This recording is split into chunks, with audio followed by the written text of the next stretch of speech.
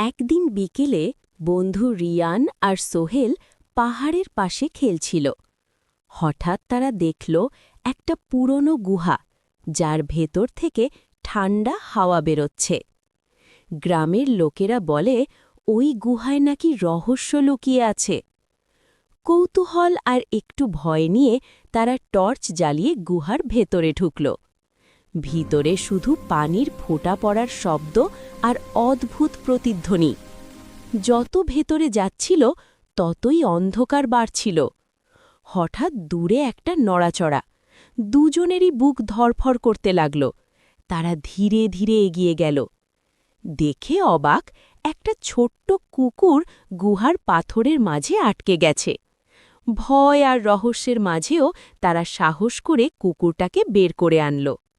গুহা থেকে বেরিয়ে তারা বুঝল, সত্যিকারের অভিযান মানে শুধু রহস্য নয়, সাহস আর ভালো কাজও। সেই দিনটা তাদের জীবনের সবচেয়ে রোমাঞ্চকর অভিযান হয়ে রইল।